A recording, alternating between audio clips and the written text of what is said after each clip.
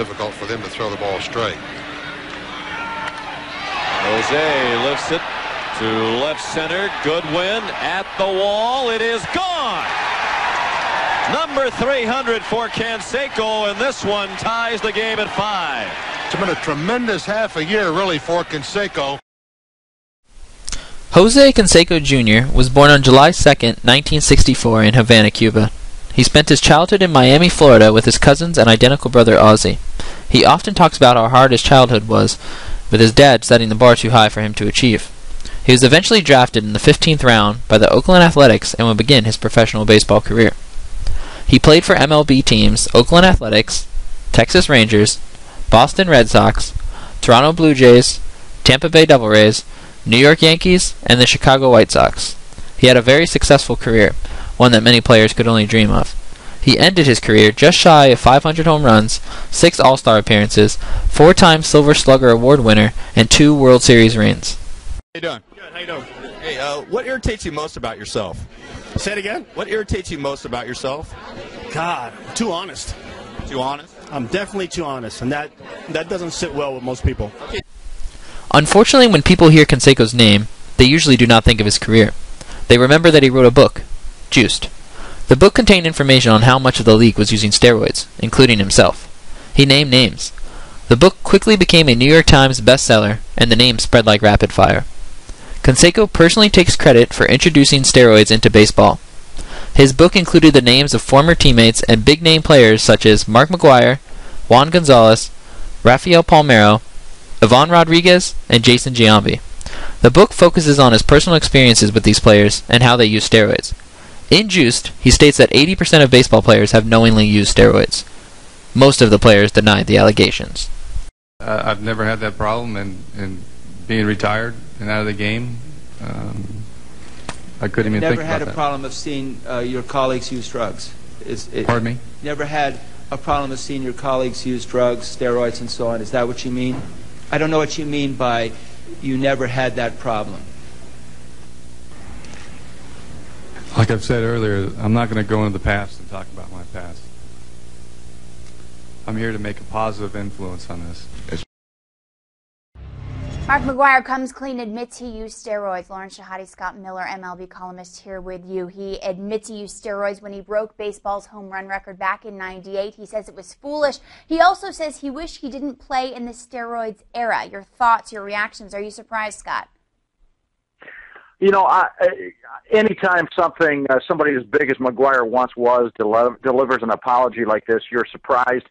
But only surprised, I guess, in that you're initially jolted by the news. But I don't think any of us who follow baseball were surprised by what he had to say, by the admissions, by the confession. Canseco's book created a major doubt in this entire generation of players. This doubt manifests itself in the publishing of the Mitchell Report, the hearings in court, and a total outcry from the fans of baseball demanding answers. Sadly, the more MLB researched the issue, the more players they found using these illegal substances. In 2007, Conseco decided he had more to say. The sequel, called Vindicated, would spill information on Alex Rodriguez and a few other big names. He also wanted to clarify the names in the Mitchell Report. A-Rod. What is the deal between you and A-Rod? What happened between your ex-wife and A-Rod? Because you put some pretty damaging evidence in there. Well, I think he realized that I despised him. I took him in under my wing when he was a young kid, tried to help him out, brought him to my house. We were weightlifting in my 5,000 square foot gym. And he looks at my wife, looks at me and says, "That's the most beautiful woman I've ever seen." I said, "Whoa, okay, thank you." All of a sudden I find out later on that he's been calling her. He's been calling her on the phone, beeping her, trying to get a hold of her. Her excuse was, "Jessica, no, he's just trying to get a hold of one of my girlfriends." I then confronted Alex later on about it. He said, to quote, "I'm a man's man. I would never do that. I'm too honorable for that." And I looked at him and I said, "Wait a minute. Whoa, that sounds kind of interesting. Who are you trying to convince?" Later on, I spoke with Jessica, and she did not deny it. As a matter of fact, I think if you speak to her now, she'll acknowledge that she did have an affair with Alex while they were married. I found out another bit of advice, a bit of information that at one point in time I confronted Alex, I confronted Jessica, where a lot of people called me and said, "Jose, They're at this place together, this event together, and they left together. I confronted them about it, and they both denied they were there. But the truth was, they were both there. So, yeah, I dislike Alex Rodriguez. I did put him in contact with a well-known steroid supplier. Do you believe he took steroids? Well, after that contact, I was out of the picture. Then, ironically enough, if you look at his, you know, when you go to spring training, they have to take physicals. If you look at his weight gain from the time I introduced him to the steroid dealer till after that, he gained about 20 or 30 pounds. And ironically enough, when you ask Alex Rodriguez, did you use steroids? Or did you mess around with Jose's wife? What's his answer? I don't want to talk about it. That's an admission of guilt. You want to know why? You accuse me of that and I'm innocent? First of all, I'm going to call you up and straighten you out. Second of all, I'm going to take a polygraph with that. I'm going to sue you for everything you're worth. That's a serious admission of guilt. All these people are guilty. They know it. You know it. The cameraman knows it. Everyone knows it. But they all called me a madman. Conseco continued to do many interviews and give as much information as he knew. Not all the information was proven to be true, however, but a lot of it has. By the way, Alex Rodriguez was later found guilty for using steroids during the 2000-2003 era. Conseco was a man of his word. He may have spoke his mouth too much, but he always answered the bell. At one point, he challenged any fighter to take him on in the ring. Han Cho challenged him, and Conseco put on the gloves. Conseco is 6'4", and Han Cho makes him look like a little boy. I'll tell you what, Jose's got to move. He's got to circle. Ready, go! Choi, he moves forward almost the entire time. He needs to stay circling with Jose goes for the overhand right immediately, and this is what he should be doing, circling, using his angles.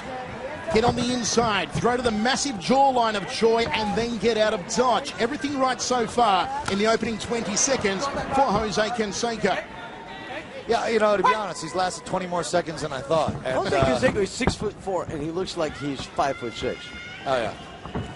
He's smart, though. He's doing a good job. He needs to stay moving. Do not turn your back, though.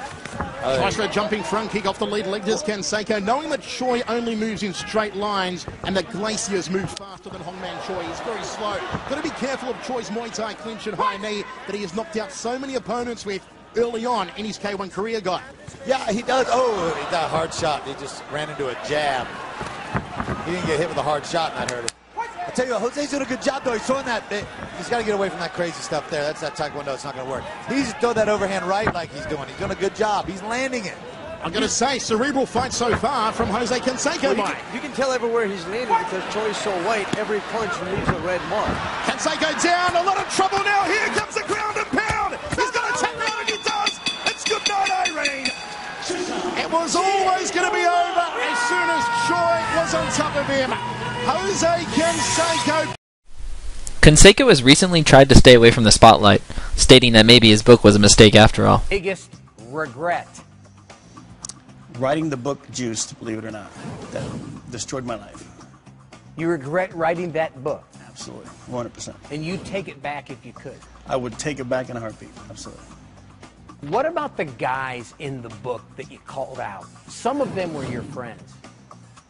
Most of them, I imagine, you haven't spoke to since. How hurtful is that? It's hurtful. I haven't spoken with any one of them, actually, since. It wasn't anything towards the guys. It was strictly towards Major League Baseball. And people have to understand this. When I first wanted to write the book, the publishers insisted on having names. The first draft had no names. But the publishers, HarperCollins, said, we don't have any names. We have no book. There is a high drive. Deep into left center. Way back there. That's gone. Number 20 for Canseco.